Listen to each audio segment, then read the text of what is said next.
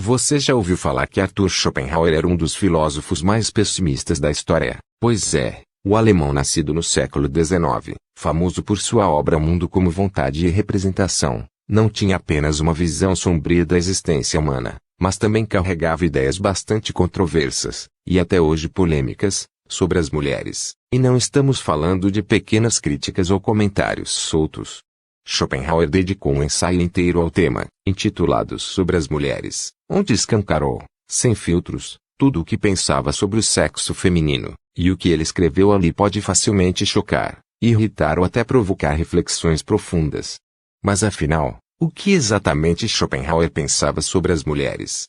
Por que essas ideias ainda geram tanto debate, séculos depois? Segura aí que a gente vai mergulhar fundo nessa mente filosófica que dividiu opiniões como poucos. Schopenhauer via as mulheres como seres regidos quase exclusivamente pela natureza e pelos instintos. Para ele, elas eram a personificação da vontade cega de viver, aquele impulso irracional e inconsciente que domina todos os seres vivos, e que, segundo o próprio Schopenhauer, é a raiz do sofrimento humano, enquanto o homem, segundo ele, poderia se elevar pelo intelecto, pela arte, pela negação dos desejos e pela busca filosófica. A mulher estaria presa ao ciclo natural da reprodução, à beleza física e superficialidade. Em outras palavras, para Schopenhauer, as mulheres não tinham vocação metafísica, estavam acorrentadas ao mundo dos fenômenos, à matéria, ao desejo, e ele não parava por aí.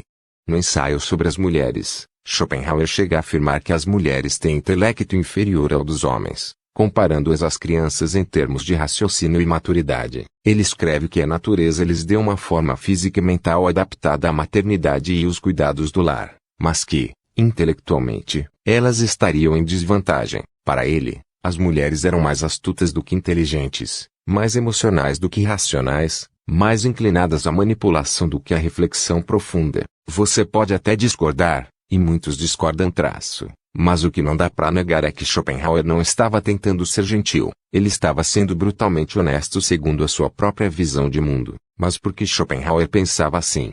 O que o levou a desenvolver uma visão tão sombria, e, para muitos, misógina, das mulheres? Em parte, a resposta está em sua filosofia geral. Schopenhauer acreditava que o mundo era governado por uma força irracional e insaciável chamada vontade.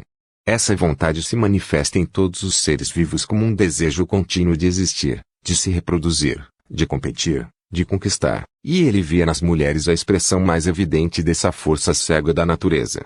A beleza feminina, para ele, era uma armadilha da vontade, um truque biológico para garantir a reprodução da espécie, ou seja, o fascínio que os homens sentem pelas mulheres seria, segundo ele, apenas uma ilusão imposta pela natureza para perpetuar a vida, e, portanto, perpetuar o sofrimento. É como se Schopenhauer dissesse, você acha que está apaixonado, mas na verdade é só a natureza te usando como ferramenta. Claro, muita gente critica essa visão por ser redutora e essencialista.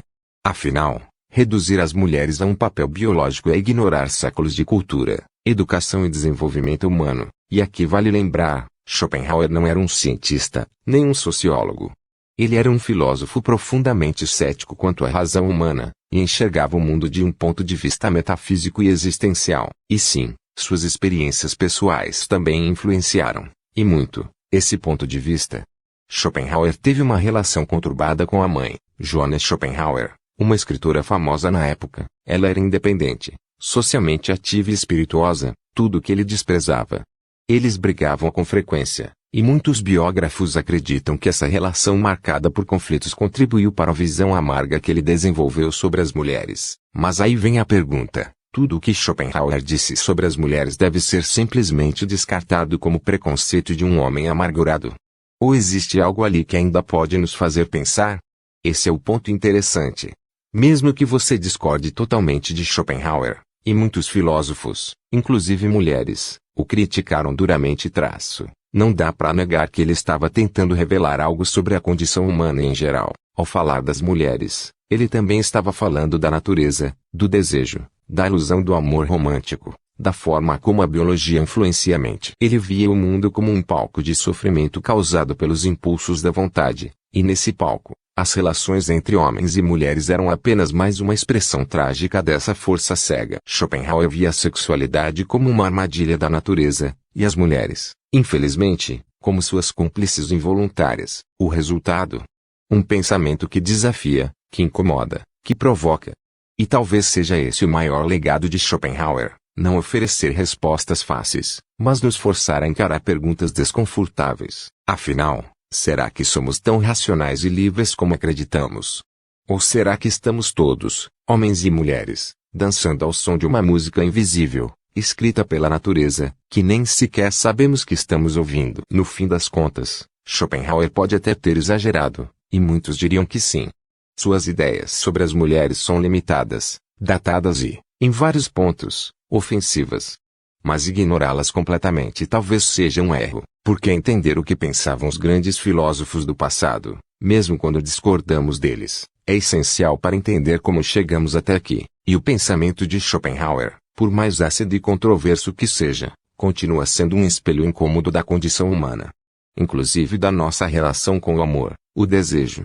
E com as mulheres. Se você chegou até aqui, me diz aí nos comentários. Schopenhauer era apenas um misógino, ou um pensador tentando desvendar as engrenagens mais profundas da natureza humana? Curte, compartilhe e se inscreve, porque aqui a gente mergulha sem medo nas ideias que incomodam.